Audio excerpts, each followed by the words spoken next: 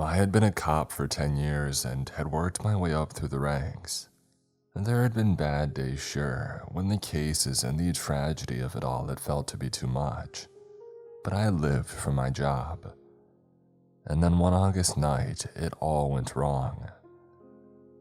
It was bitingly hot in London even though it was past midnight. Darkness had brought no relief from the heat.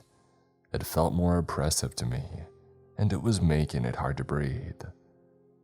Beads of sweat felt sharp on my skin like pinpricks. A headache was building behind my eyes, and the suspects were nowhere in sight. I was on surveillance in an unmarked car. I was on my own because my partner had called in sick just before the shift had started and there was no one else available.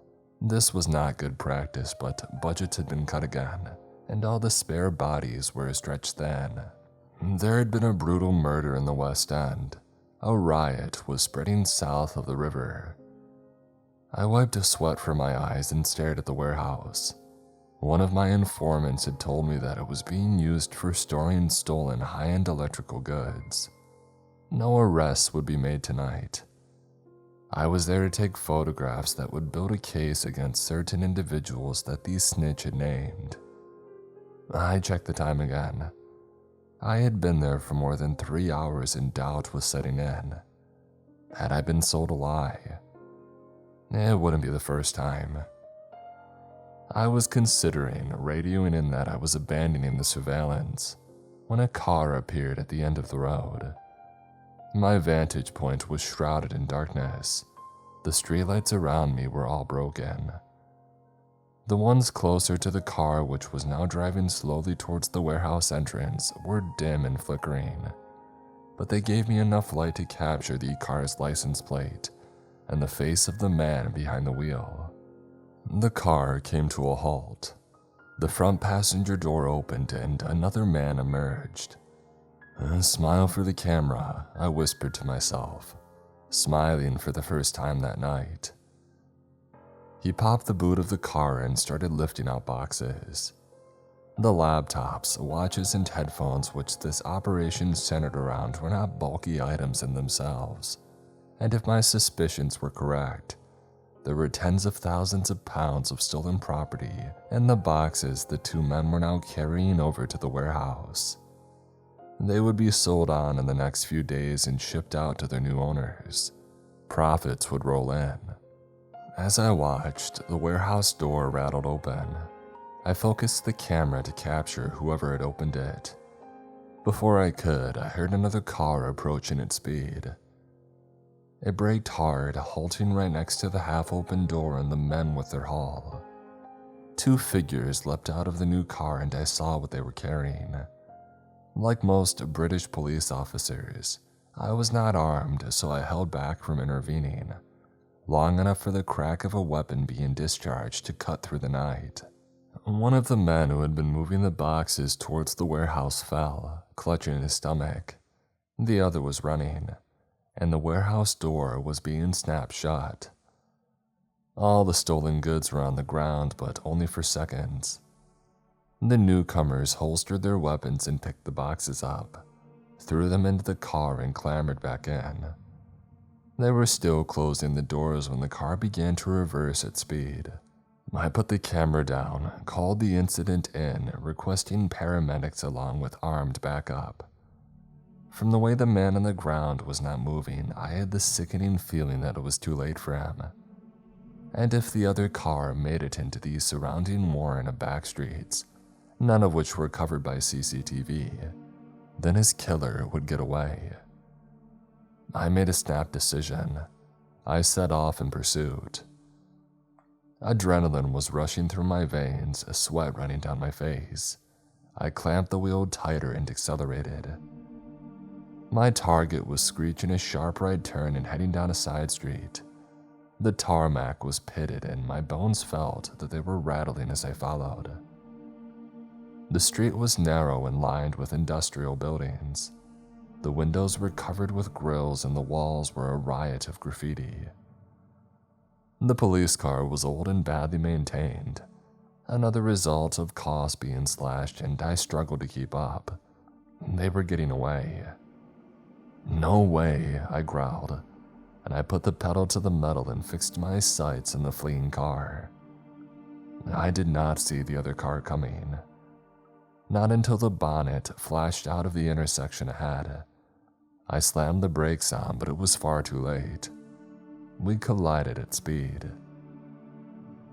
I must have passed out for a moment because the next thing that I knew, I was gasping at the pains that riddled my body and looking up. I could see a siren flashing in front of my windscreen and did not understand why, and then realized with a sick feeling in the pit of my stomach that I had hit a police patrol car. Its side was crumpled from the impact and its driver was staring furiously at me. The other police constable in the car kicked open a damaged door and staggered out. Blood streamed from his face and onto his uniform. I was suspended the next day for misconduct. It was a long list. Reckless driving, causing injury to colleagues and damaging police property. Not just the 2 cars, but the camera that I had been using as well, which was totaled in the crash, which meant that I had no evidence from these surveillance. On top of all this, the killer had got clean away along with his accomplices.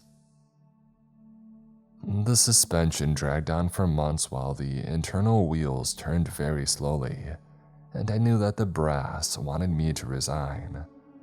But I refused. In the spur of the moment, I had been a hothead and made mistakes, but I wanted to redeem myself. I still wanted to be a cop more than anything else. In the end, though, I was not fired. I was reassigned.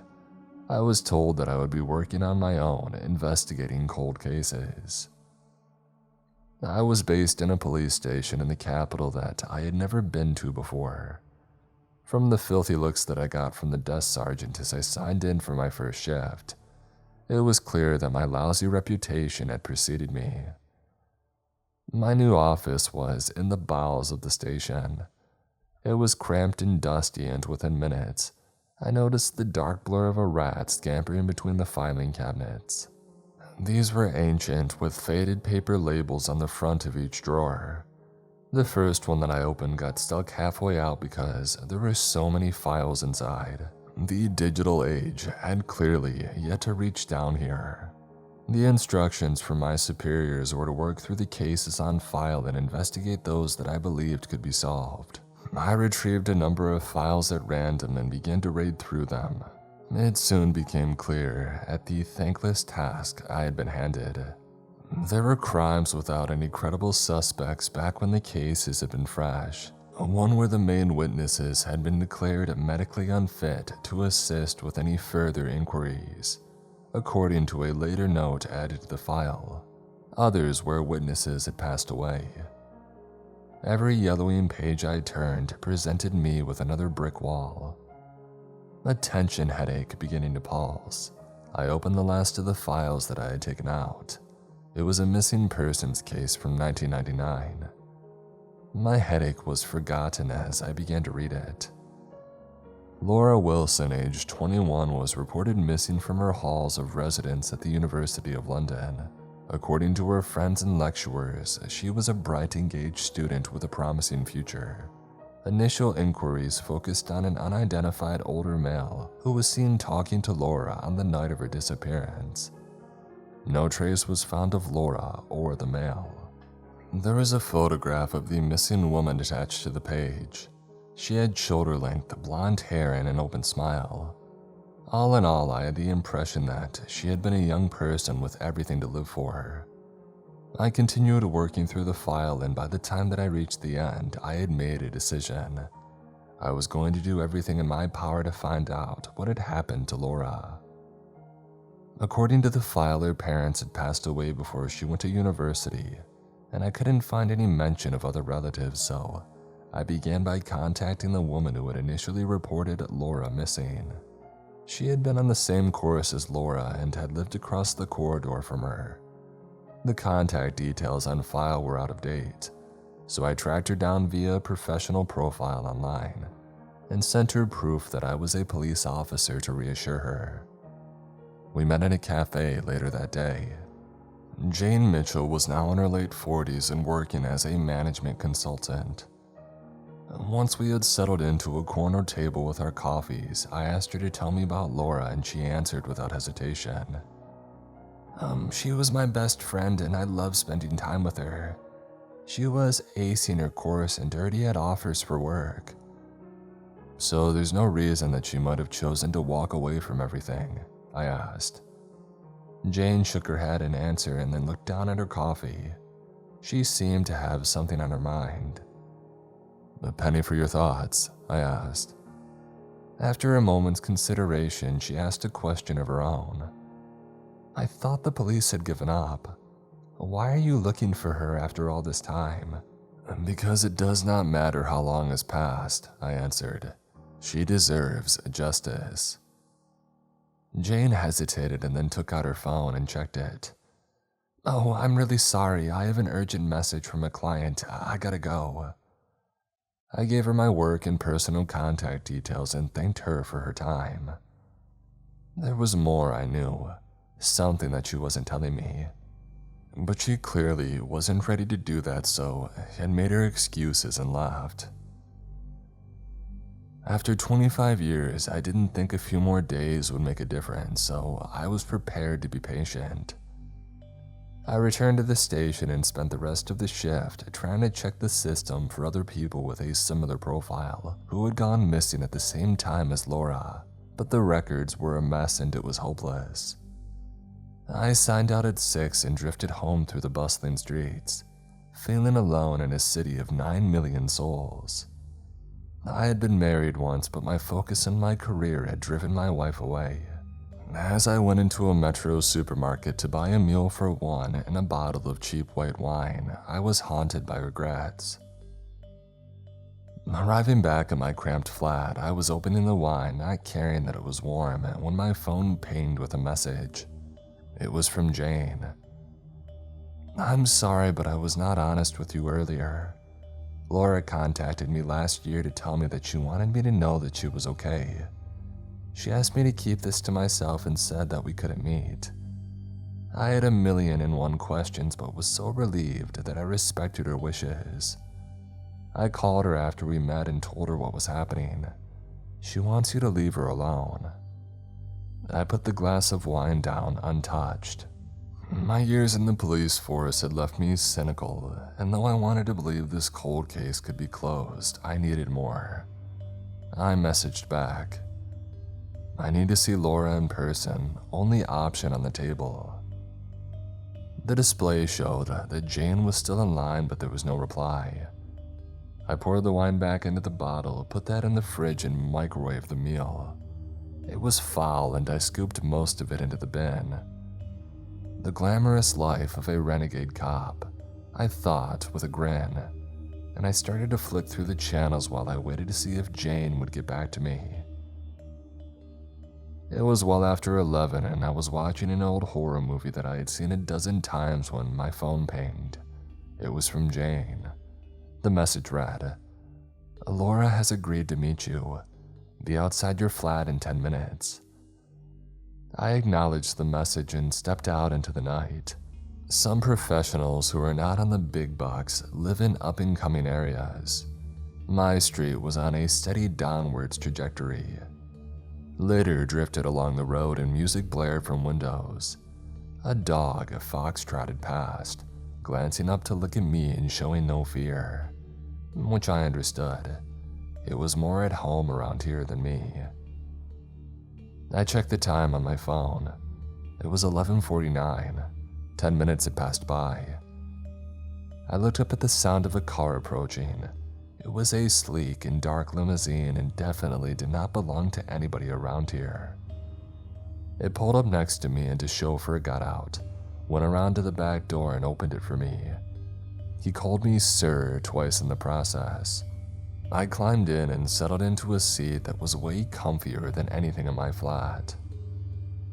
The ride was so smooth that I didn't realize at first that we had set off, and the usual accompaniment of any car journey in London, of horns being slammed and emergency responder sirens were muted.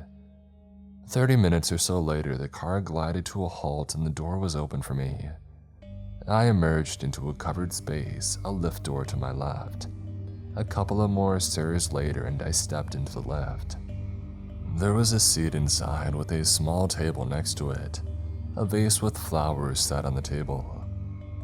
I took the weight off as the lift began to rise. The ascent was as smooth as the car ride. There was no display showing floor numbers. I figured this was a private lift with one destination. Without a single rattle or click, the lift stopped, and the door slid open silently. I got to my feet, feeling suddenly self-conscious about the cheap suit that I was wearing and my worn shoes, and I stepped out of the lift. And I stood there with my mouth open. It wasn't a good look, but I couldn't help myself. The room I was on the edge of was vast and opulent. Ornate furniture stood on the hardwood floor. Oil paintings hung at intervals across walls which reached towards a floor-to-ceiling window with a stunning view of London. The lighting in the room was subdued and subtle, and the lights of the city glistened garishly, like man-made stars. I took it all in and only then noticed that I was not alone. A figure stood on the far side of the room. They were masked by shadows, and it was only when they spoke that I knew that they were a woman. "Oh, would you like a drink?" she asked. I replied, "No thank you, I'm on duty." "Well, if you don't mind," she said and moved towards a tall cabinet. She opened it, took out a slender bottle and poured a drink into a fluted glass. And then she closed up the cabinet and walked towards me. My nerves tingled with anticipation. I knew that she must be Laura Wilson, that Jane had brokered a meeting with her and that I was on the verge of closing my first cold case. But as the woman moved into the light, I saw that I had been mistaken. Laura would have been 48. The woman who I was now just a few feet away from me was much younger, and looked exactly like the photograph of Laura in the case file taken when she was 21. There was only one explanation for this. She was Laura's daughter. "I'm here to see your mother," I said.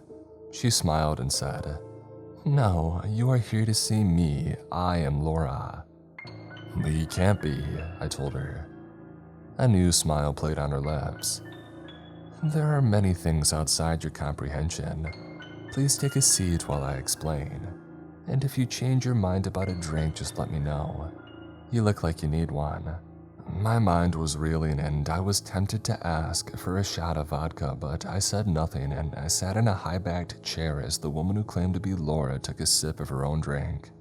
It was dark red. She placed her glass on a table and looked at me. Her eyes were dark, her skin pale. She brushed away a strand of hair which had fallen across her face and began to speak. "That night, I did not know everything was about to change. I was thinking about an essay that I was meant to be working on but wasn't, because the girl in the room next to mine was playing her music too loud for me to concentrate.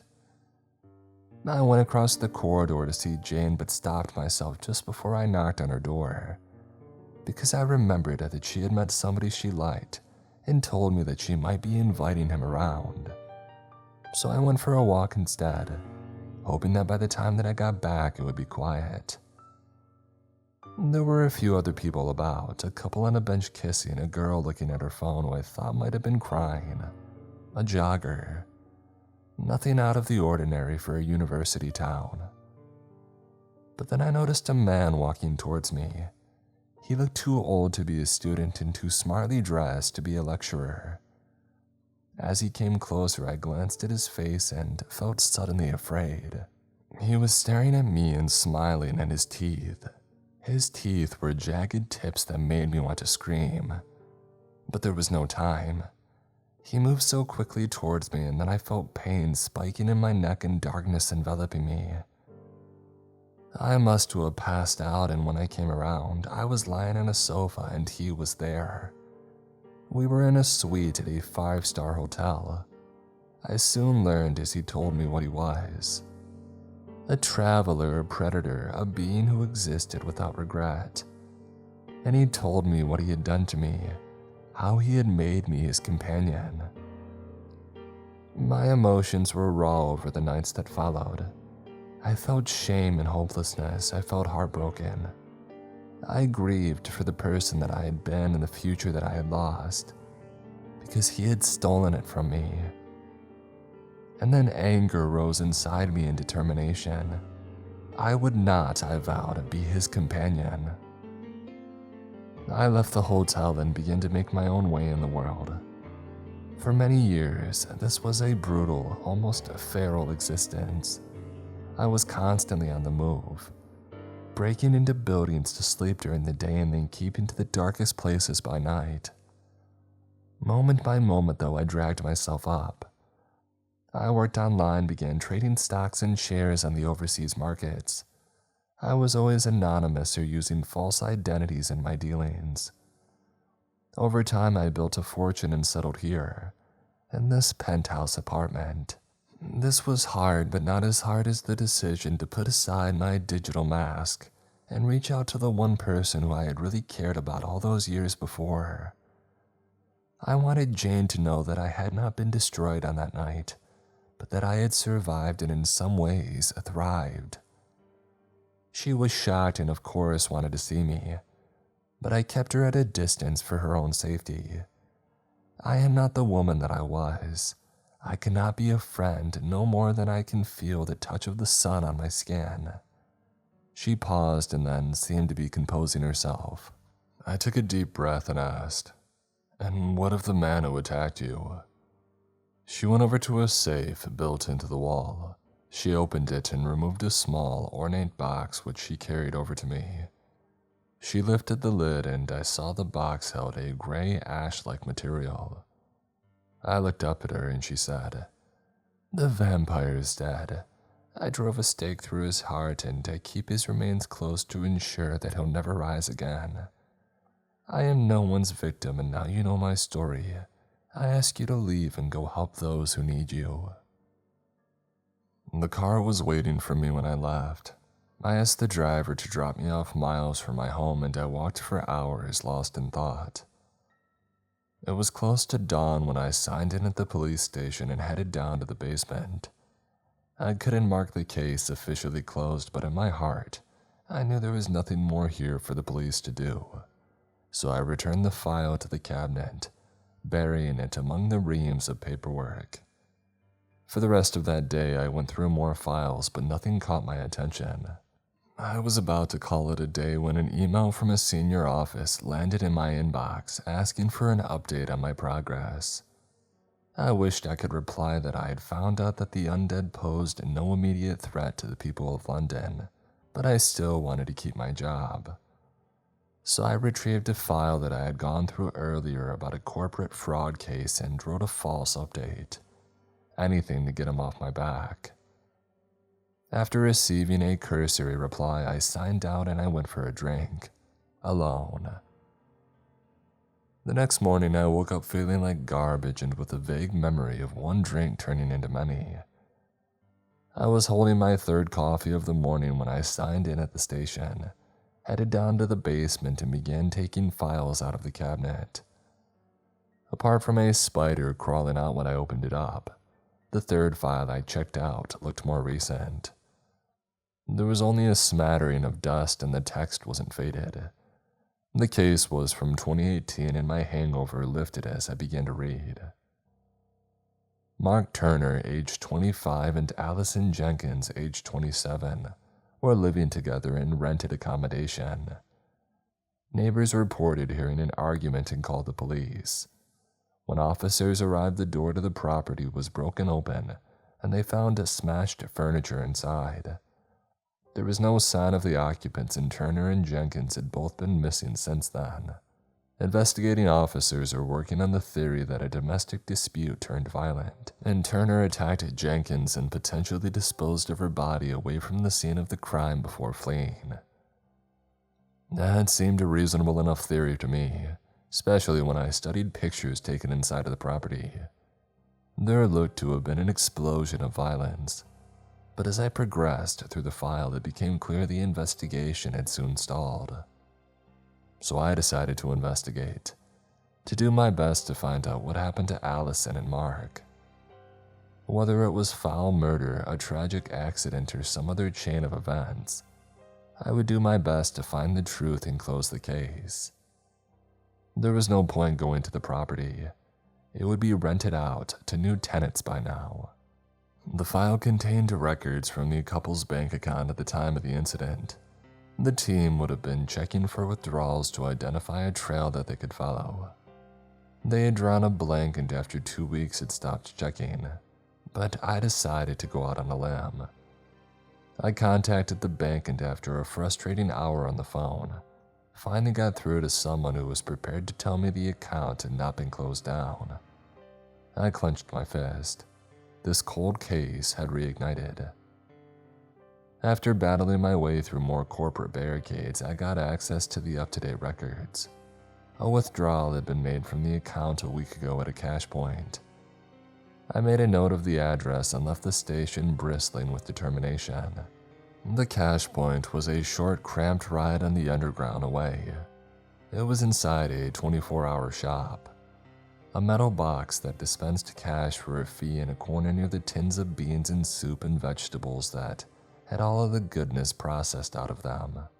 I went to the counter, showed the man behind the counter my ID and told him that I needed to see the CCTV footage from last week. I had noted 2 cameras, one facing the counter, another taken in the entrance to the shop. It was a slam dunk that Mark Turner's grainy image would have been captured on one of them. The man behind the counter looked at my ID and listened to my question, and then he laughed and then coughed loudly and cleared his throat.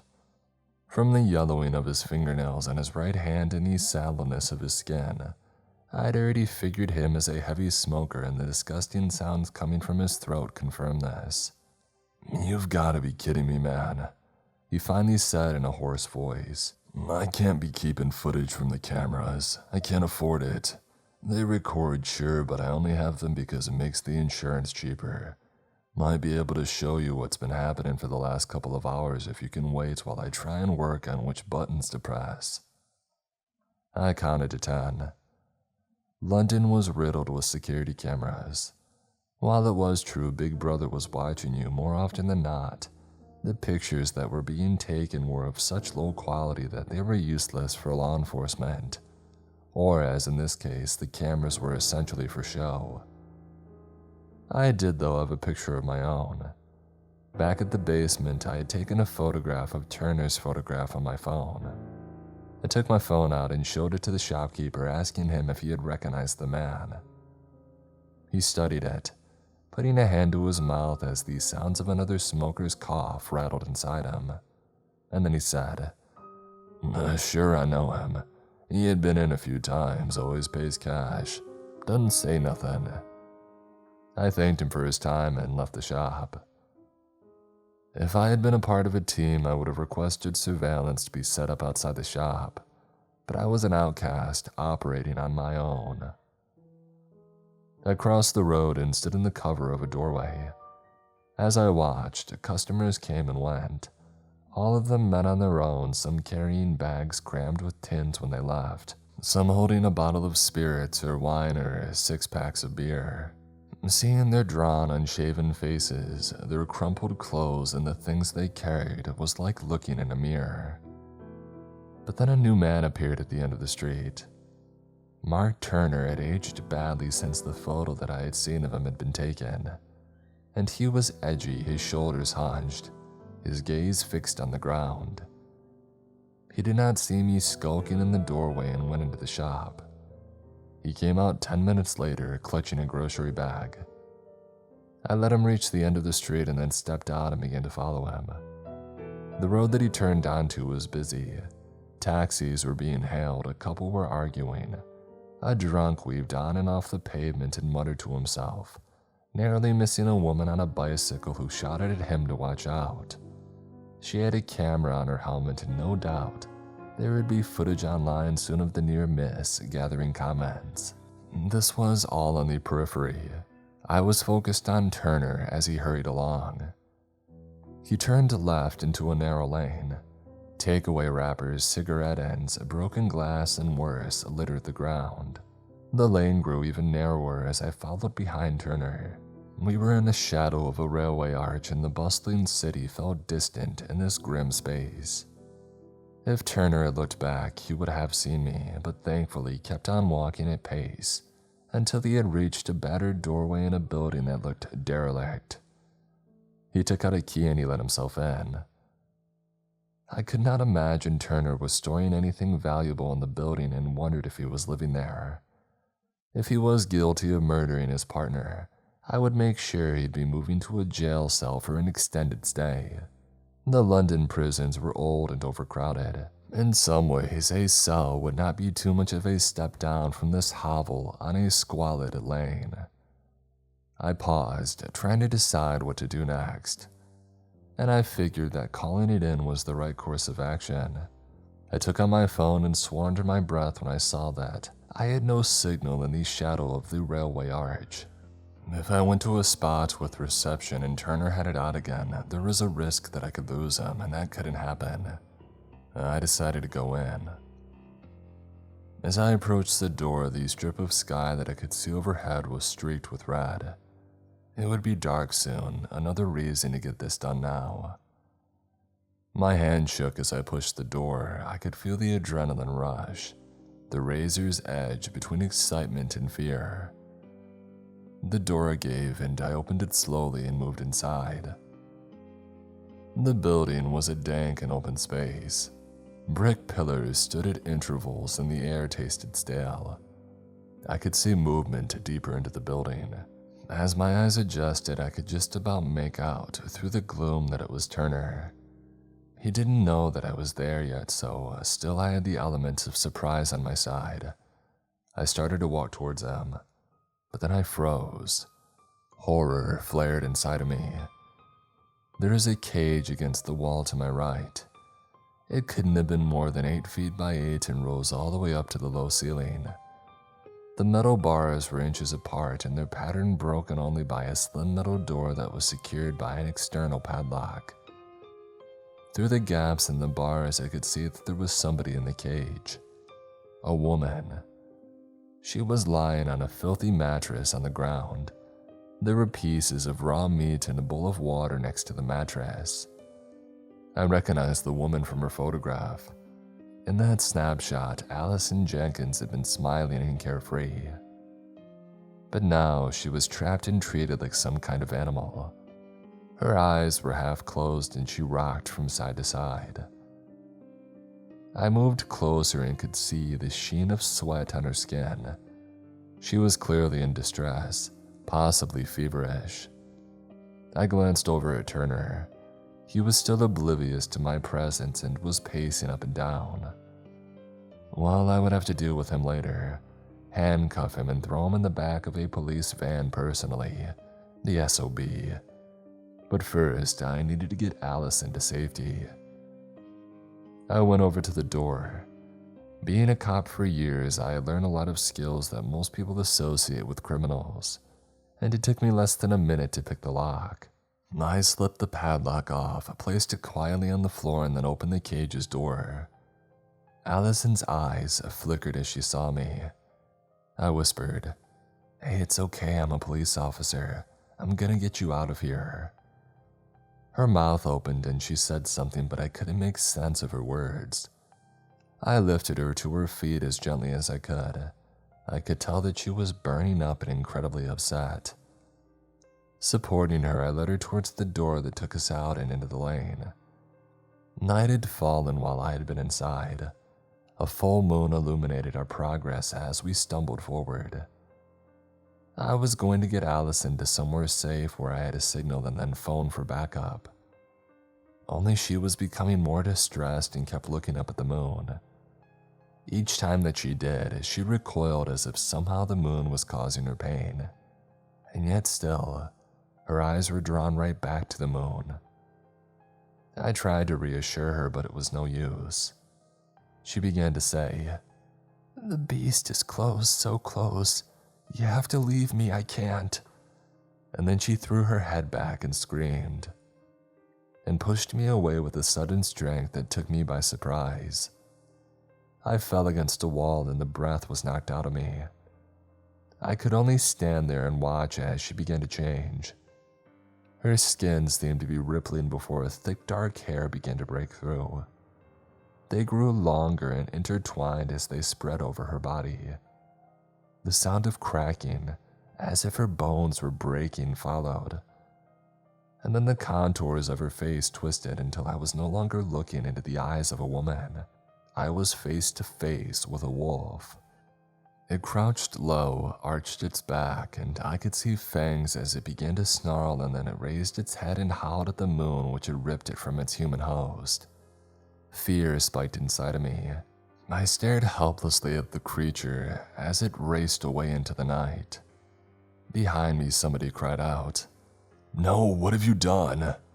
I span around and it was Turner. He lashed out at me. I blocked his fist and pinned him against the wall and identified myself as a policeman. "You're under arrest," I told him, "for kidnapping and false imprisonment." "No, you don't understand," he said. Tears were running down his face and his voice was thick with emotion. "Allison was safe inside the cage. I was going to let her out once the full moon had passed, as I have for all these years since she was cursed by the bite of a werewolf. The first time she changed, neither of us understood what was happening, and our flat was destroyed. We knew that we couldn't go back, so we went on the run and made a new life for ourselves. Until you came along, you idiot." He yelled this into my face. I relaxed my grip and stepped away. "Is she a danger to other people?" I asked, thinking that I would still need to call this in. Though how would I explain there was a werewolf loose on the streets of London, I had no idea. And would I need to advise that the armed response unit should be equipped with silver bullets? As my mind raced, Turner answered my question. "She's not a monster, she's a victim," he said. Shame burnt inside of me. I had leapt to the assumption and I made a dreadful mistake. I offered to help find Allison in her wolf-like state. Turner looked into the distance and replied, "All we can do is wait and hope." He went back into the building and I lingered outside, feeling powerless against the elemental forces which ruled the night. As dawn approached, I was shivering and exhausted. Turner emerged. We waited alongside each other in silence as it grew light. The moon became a pale shape in the sky and its power had waned, and a slight figure came into sight. Turner called out his love's name and ran towards her and they embraced. They had each other and that was all they needed. I walked away. Back at the station, I placed the file into the cabinet where it would remain unseen. I sat back and stared at the cracked plaster wall. I achieved nothing at work for weeks after this. I sent false updates, I drank by myself in bars and in my flat. I slept an hour at night at the most. I was lost. Until I found a new cold case among the files which made me forget myself. The crime scene location was an old cemetery in the east of the city, and the summary of the incident read, at 8 a.m. on Tuesday the 4th of March 2012, the cemetery groundskeeper reported finding that a grave had been damaged during the previous night, the coffin broken open. The body, which had been interred 2 days previously, was missing.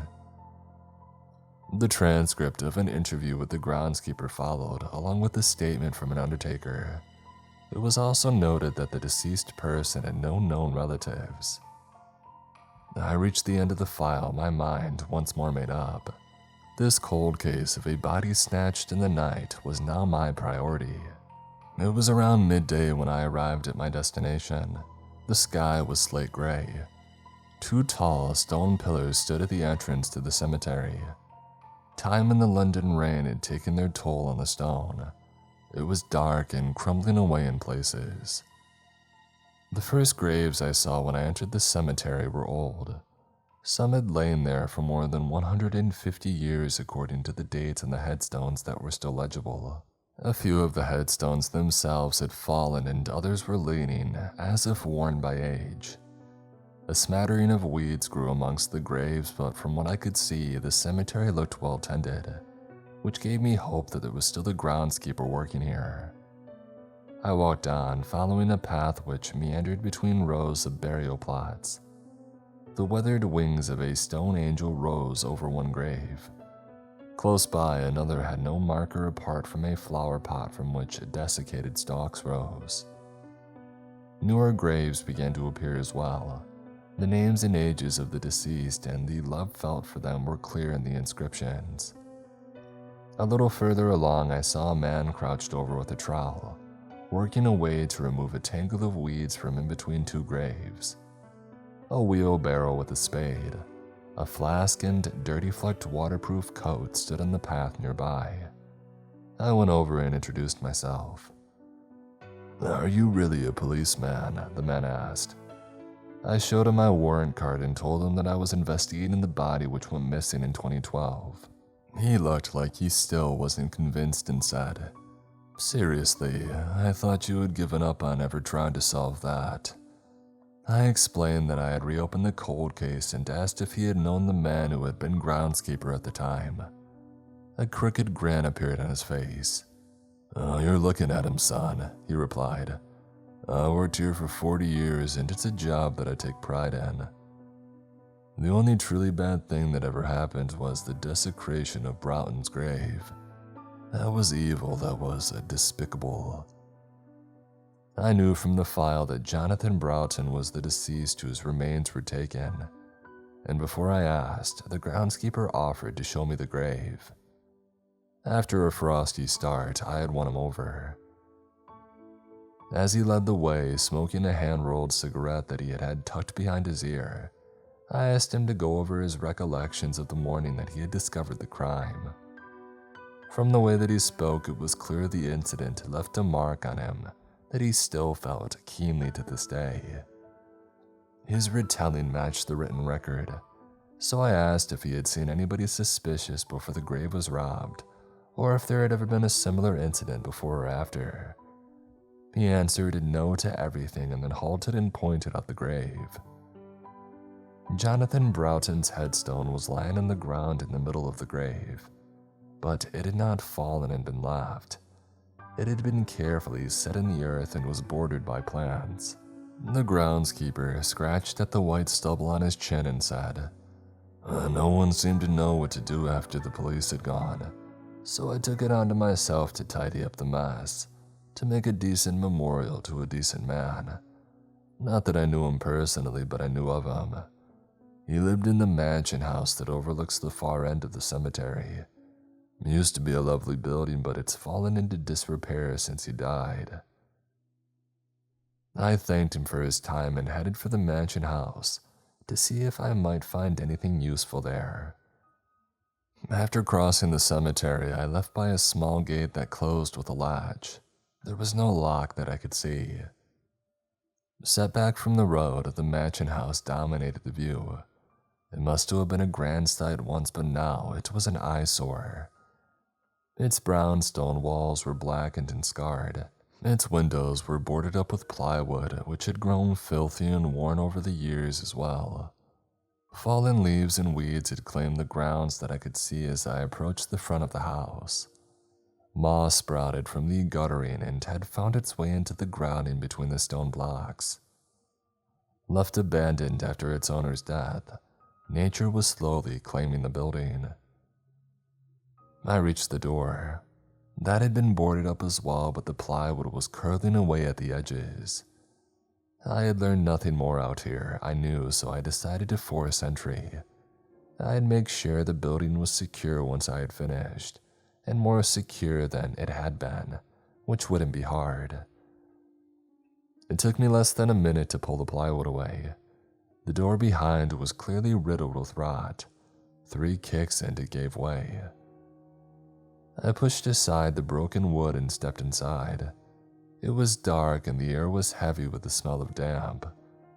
I turned on the torch on my phone, saw floorboards and framed paintings on the walls, all covered in dust.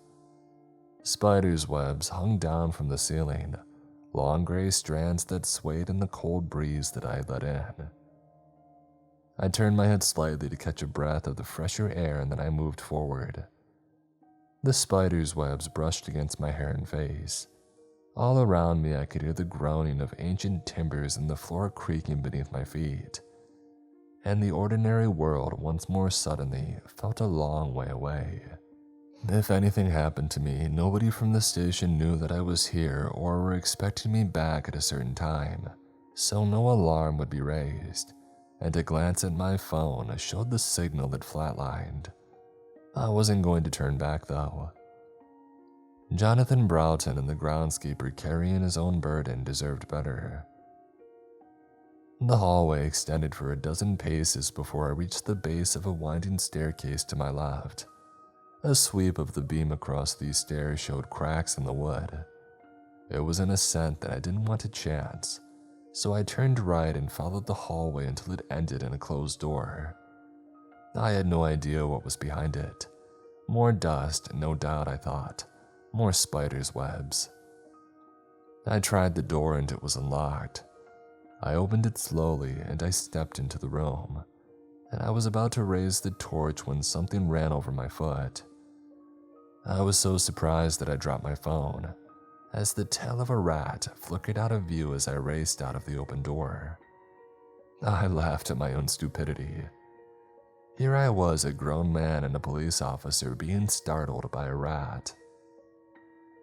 I shook my head and fumbled around on the floor for my phone.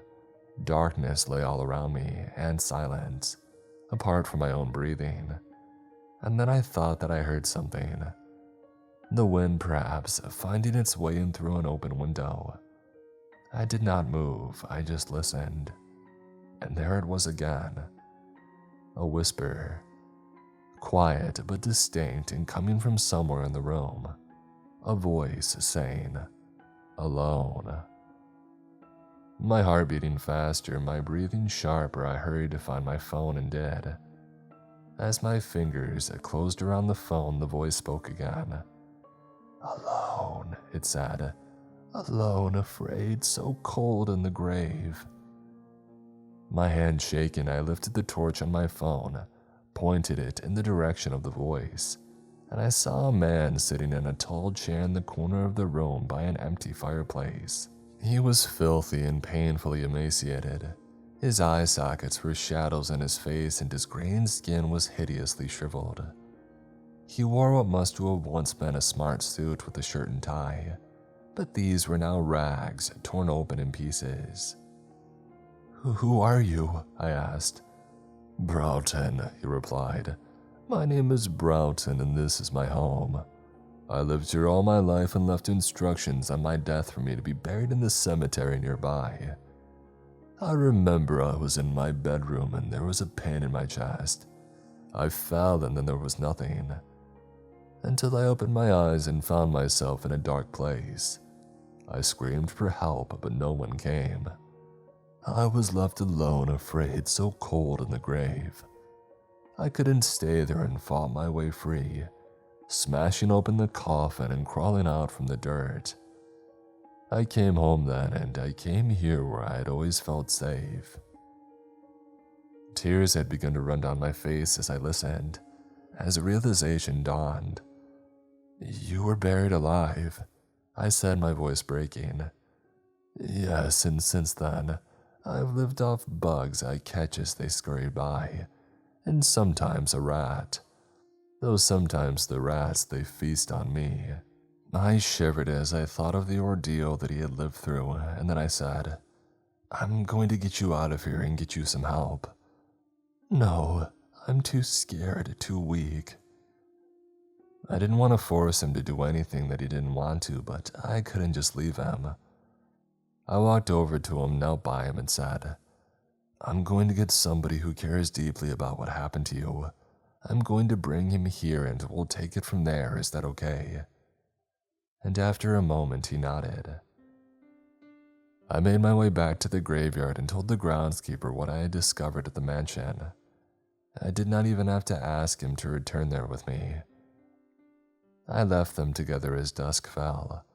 The groundskeeper had gathered dry wood and built up a fire. As flames danced in the fireplace for the first time in too many years, they talked. It would take a long time, I knew, but one day, the terrors of the grave would fade thanks to a friendship that would endure always.